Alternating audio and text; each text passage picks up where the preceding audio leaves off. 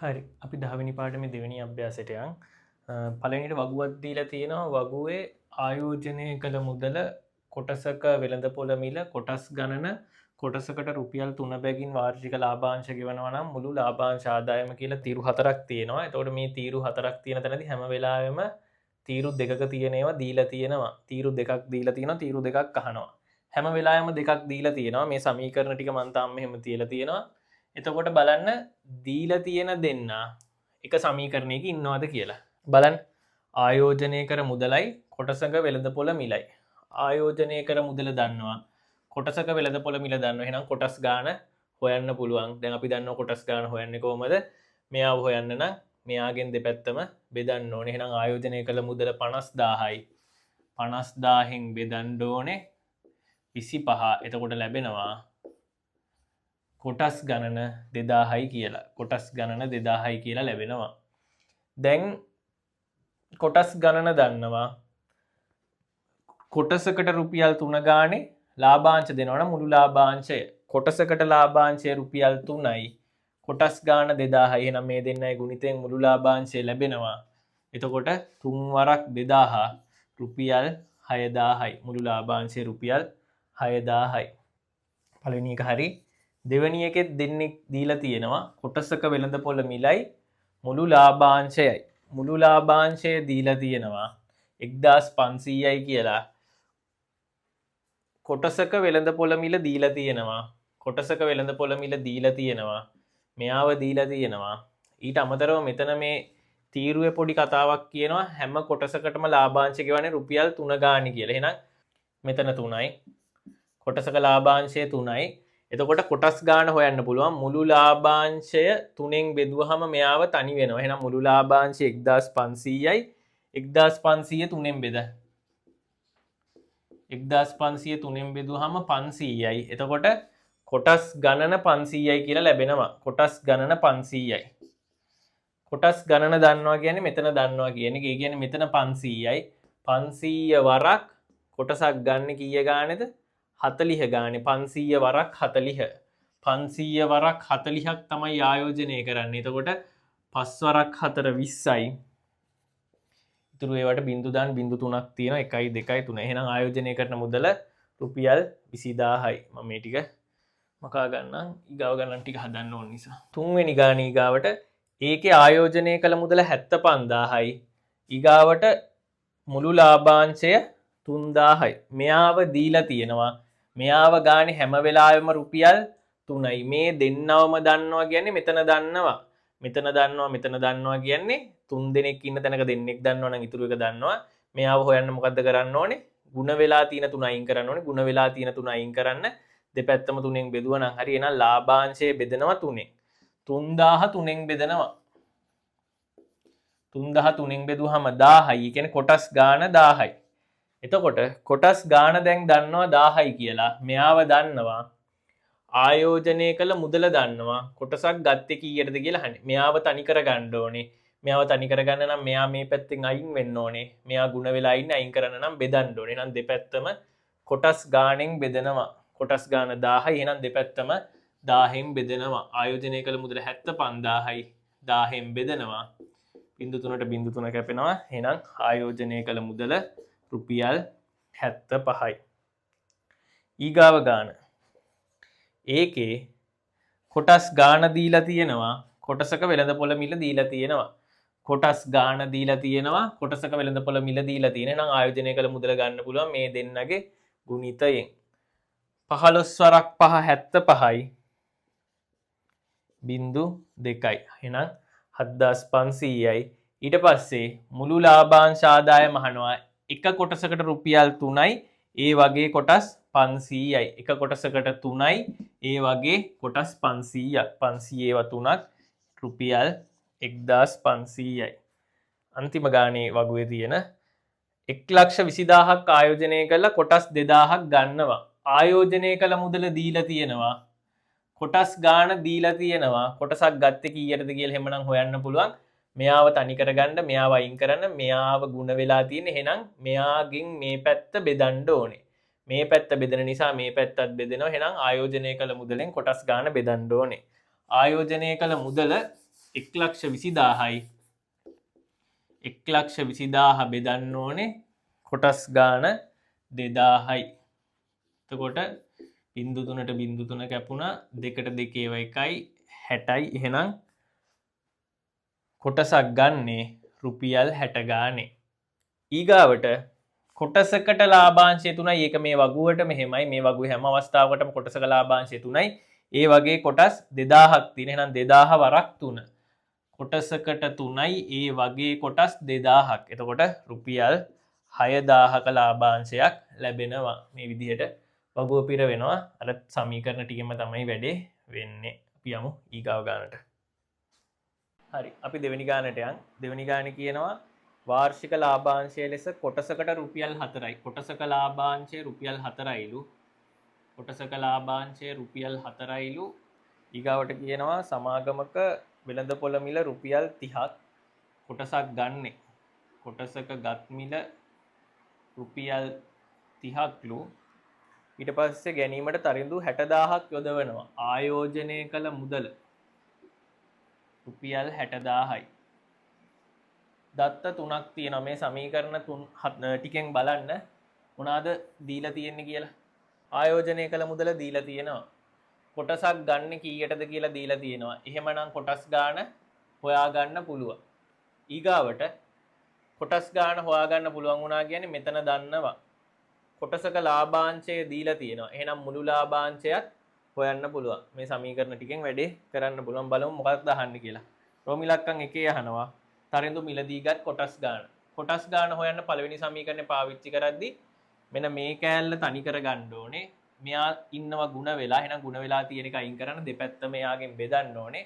ආයෝජනය කළ මුදල 60000යි. 60000න් බෙදන්න කොටසක් ගන්න රුපියල් 30යි. එහෙනම් උත්තරේ 30ට 30 ඒව 1යි 60ට 30 ඒව 2යි. කොටස් 2000ක් ගන්නවා. රෝම ඉලක්කම් 2 කොටස් ආයෝජනයෙන් තරිඳු ලබන වාර්ෂික ලාභාංශ ආදායම. මුළු ලාභාංශය අහන්නේ. මුළු ලාභාංශය සමානයි කොටසක ලාභාංශය රුපියල් 4යි. ඒ වගේ කොටස් 2000ක් ගන්නවා. රුපියල් 8000යි මුළු ලාභාංශය. ඊගාවට රෝම ඉලක්කම් 3 වාර්ෂික ලාභාංශය යෙදූ මුදලෙන් ප්‍රතිශතයක් ලෙස සොයන්න. යෙදූ මුදලෙන් ප්‍රතිශතයක් ලෙස හොයන්න කියලා කියනවා. ප්‍රතිශතයක් අහනවා නම් පළවෙනියට භාගයක් ඉන්න ඕනේ. භාගයේ හරය ලවය කවුද? අල්නයන්නෙන් කියවෙන එක හරයට සලකන එක්කෙනා ලවයට. කවුරු ගැනද සලකන්නේ? වාර්ෂික ලාභාංශය යෙදූ මුදලෙන්. වාර්ෂික ලාභාංශය 8000යි. කීයක් යොදවලද? 60000ක් යොදවලා. ප්‍රතිශතයක් කරන්න භාගය 100ට 100ෙන් ගුණ කරා. බිංදුවට බිංදුව කැපුණා. බිංදුවට බිංදුව කැපුණා. බිංදුවට බිංදුව කැපුණා. බිංදුවට බිංදුව කැපුණා. 8යි 2ම දෙකෙන් බෙදෙනවා. දෙකෙන් බෙදුවහම 3යි. දෙකෙන් බෙදුවහම 40යි. 40 3ෙන් බෙදෙන්නේ නැහැ. දශම සංඛ්‍යාවක් විදිහට තියන්නත් පුළුවන්. මිශ්‍ර සංඛ්‍යාවක් විදිහට තියන්නත් පුළුවන්. 40 3ෙන් බෙදුවහම කොටුව ගහලා බෙදන්න 13යි. 3ෙන් 1යි 100ට කියලා තියන්නත් පුළුවන්.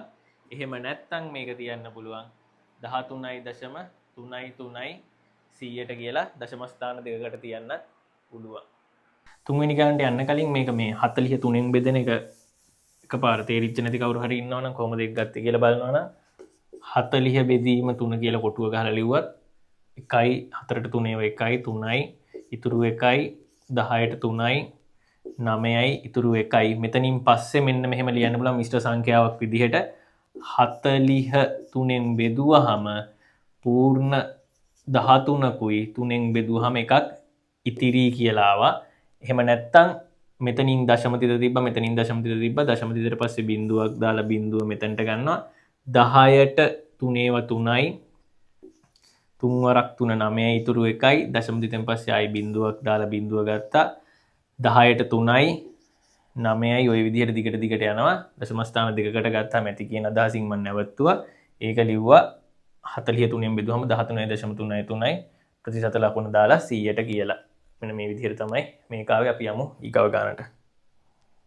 තුන්වෙනි ගානේ කියනවා රමේෂ් එක්තරා සමාගමක කොටසක වෙළඳපොළ මිල රුපියල් 40ක් තියෙද්දි කොටසක් ගන්න මිල ඔය කියන්නේ කොටසක ගත් මිල රුපියල් 40ක්ව තියෙද්දී කොටස් 5000ක් ගන්නවා. කොටස් ගාන 5000යි.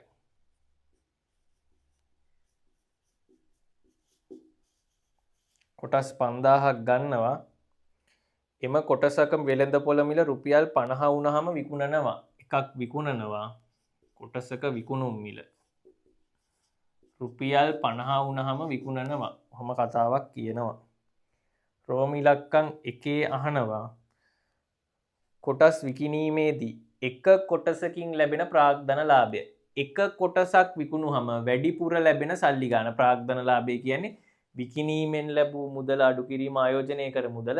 එක කොටසක ප්‍රාග්ධන ලාභය කියන්නේ එක කොටසක් විකුණුවහම ලැබිච්ච මුදල එක කොටසක් ගන්න ආයෝජනය කර මුදලෙන් අඩු කරාම එනාගේ. එක කොටසක් විකුණන්නේ 50ට එක කොටසක් ගන්නේ 40ට. එහෙනම් මේ දෙක අතර වෙනස රුපියල් 10යි එක කොටසකින් ලැබෙන ප්‍රාග්ධන ලාභය. රෝම ඉලක්කම් 2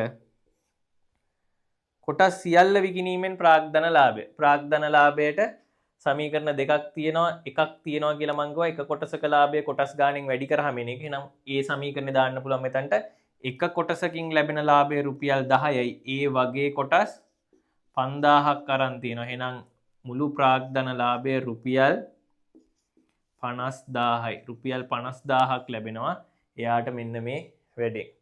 රෝම ඉලක්කම් 3. රෝම ඉලක්කම් 3 හදන්න කලින් මම මෙන්න මෙහෙම වැඩක් කරගත්තා. මේකට ඉඩ වුණ නිසා මම පළවෙනි එකෙන් ආවේ එක කොටසක ලාභය රුපියල් 10යි. දෙවෙනි එකෙන් ආවේ මුළු ප්‍රාග්ධන ලාභය 50000යි. ඒ දෙක කොහොම ලියාගත්තා. රෝම ඉලක්කම් 3 අහන්නේ මොකද්ද? රෝම ඉලක්කම් 3 අහන්නේ ප්‍රාග්ධන ලාභය යෙදූ මුදලේ ප්‍රතිශතයක් ලෙස.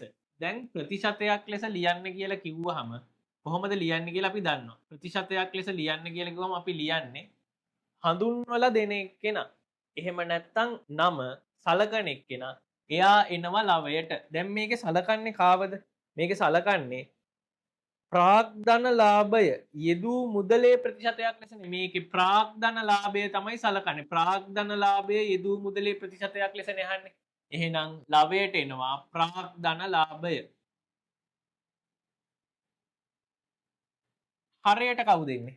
අල්න යන්න මුළු ප්‍රමාණය ඔය වගේව තමයි හරයට එන්නේ. මේකේ කවුද හරයට එන්නේ? මුළු ප්‍රමාණය අල්න යන්නෙන් කියවෙන්නේ යෙදූ මුදල. එහෙනම් යෙදූ මුදල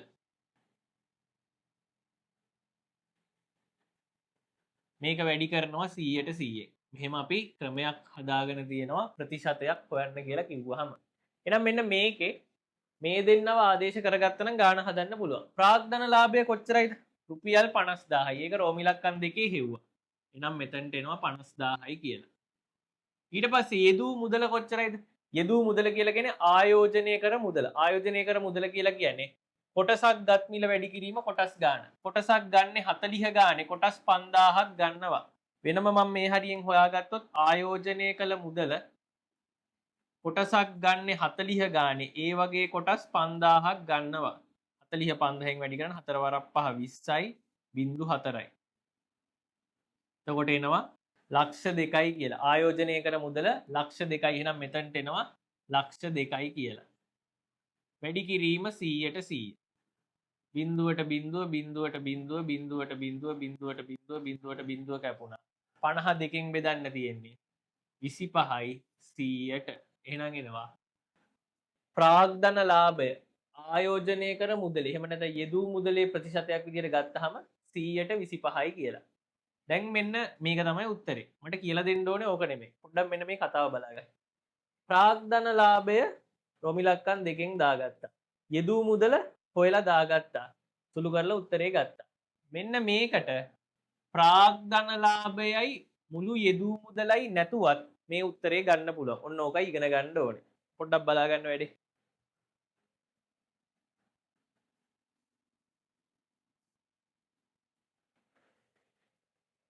දැන් අහන්නේ මොකද්ද? ප්‍රාග්ධන ලාභය යෙදූ මුදලේ ප්‍රතිශතයක් ලෙස. ලවයට එන්න ඕනේ ප්‍රාග්ධන ලාභය. ප්‍රාග්ධන ලාභය කියලා කියන්නේ මම මෙන්න මේ සමීකරණයෙන් හිතුවා. මෙහෙම ලියා ගන්නවා. කොටසක ලාභය වැඩි කිරීම.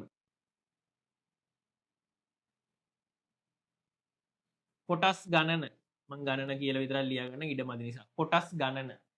කොටසක ලාභය වැඩි කිරීම කොටස් ගන්න. ප්‍රෝමිලක්කන් දෙකේදී මේ 50000 ගද්දිත් අපි දැම්මේ ওই සමීකරණේ තමයි. කොටසකින් 10යි ඒ වගේ කොටස් 5000යි කියලා තමයි ඔය 50000 ගත්තේ. යෙදූ මුදල කියන්නේ මොකද්ද? ආයෝජනය කළ මුදල. අර සමීකරණයෙන් හිතුවොත් එහෙම කොටසක ගත් මිල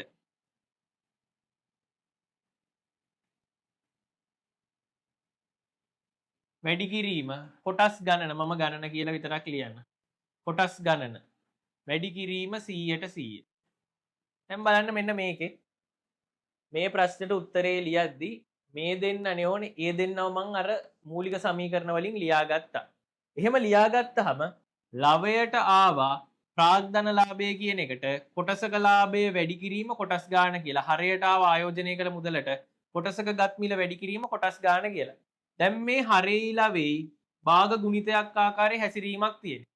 කොටස් ගණන කියන එක හරයෙත් ඉන්නවා ලවයෙත් ඉන්නවා. කොටස් ගණන කියන එක අපිට සාධකයක් විදියට හරේනුයි ලවේනුයි කපලා අයින් කරන්න පුළුවන්. එතකොට මෙන්න මොකක්ද ඉතුරු වෙන්නේ? කොටසක ලාභයේ බෙදීම ගත් මිල වැඩි කිරීම 100ට 100. මේ බලන්න. කොටසක ලාභය කීයද? රුපියල් 10යි. කොටසක් ගත්තේ කීයටද? 40ට. වැඩි කිරීම 100ට 100. බිඳුවට බිඳුව කැපුවා. දෙකෙන් බෙදෙනවා 4. එතකොට 2යි 10 දෙකෙන් බෙදුවහම 5යි. 2 දෙකෙන් බෙදුවහම 1යි 10 දෙකෙන් බෙදුවහම 5යි. 5 වරක් 5 25යි. ලවයට 25යි හරියට එක නම් ලියන්න ඕනේ නෑ. එහෙනම් උත්තරේ එනවා 100ට 25යි කියලා. ඒකට හේතුව තමයි මෙතනදී ප්‍රාග්ධන ලාභය ලැබෙන්නේ කොහොමද? ප්‍රාග්ධන ලාභය ලැබෙන්නේ මෙන්න මෙහෙමයි. 10 වැඩි කිරීම 5000 බෙදීම යෙදූ මුදලේ ලක්ෂ 2 ලැබෙන්නේ කොහොමද? 40 වැඩි කිරීම 5000. ඕක වැඩි කරනවා 100ට 100. මෙන්න මේ 5000 කියන එක පොදු සාධකයක් විදිහට හරේනුයි ලවේනුයි ඉවත් වෙලා යනවා. එතකොට මෙන්න මේ වගේ තැනකට ඇවිල්ලා උත්තරේ එනවා. එහෙනම් මේක ඉගෙන ගන්න තියෙන දේ තමයි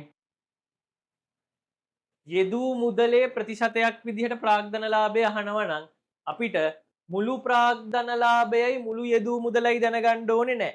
එක කොටසක ලාභයයි එක කොටසක් ගන්න ගානයි දන්නවනම් අපිට පුළුවන් ප්‍රාග්ධන ලාභය ආයෝජනයේ ප්‍රතිශතයක් විදිහට හොයාගන්න. මෙන්න මේක වැදගත් අවස්ථාවක්. මේක වෙනම ලියාගන්න. අපි යමු ඊගාව ගානට.